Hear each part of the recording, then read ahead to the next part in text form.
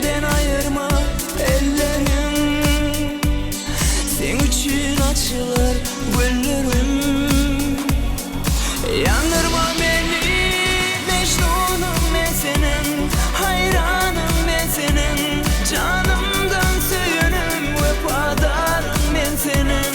Mecnunum ben senin, hayranım ben senin, aşkında yanarım, kıynama gel beni.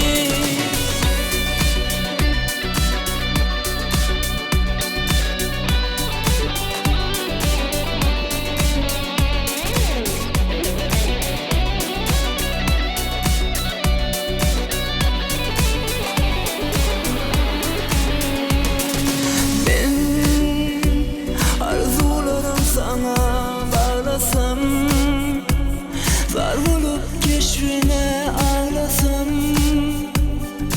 sen bu zarımı duymasan, kim duyuyor beni ya? Yolumdan ayırma yollarım, elimden ayırma ellerim. Sen için açılır güllerim. Yandırma beni Mecnunum ben senin, hayranım ben senin, canımdan söyünüm vefadarım ben senin.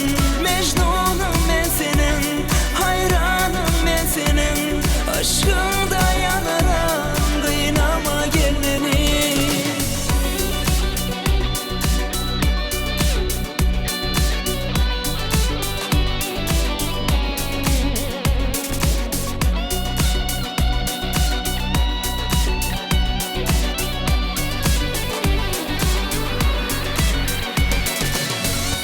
Söyün kıynar beni,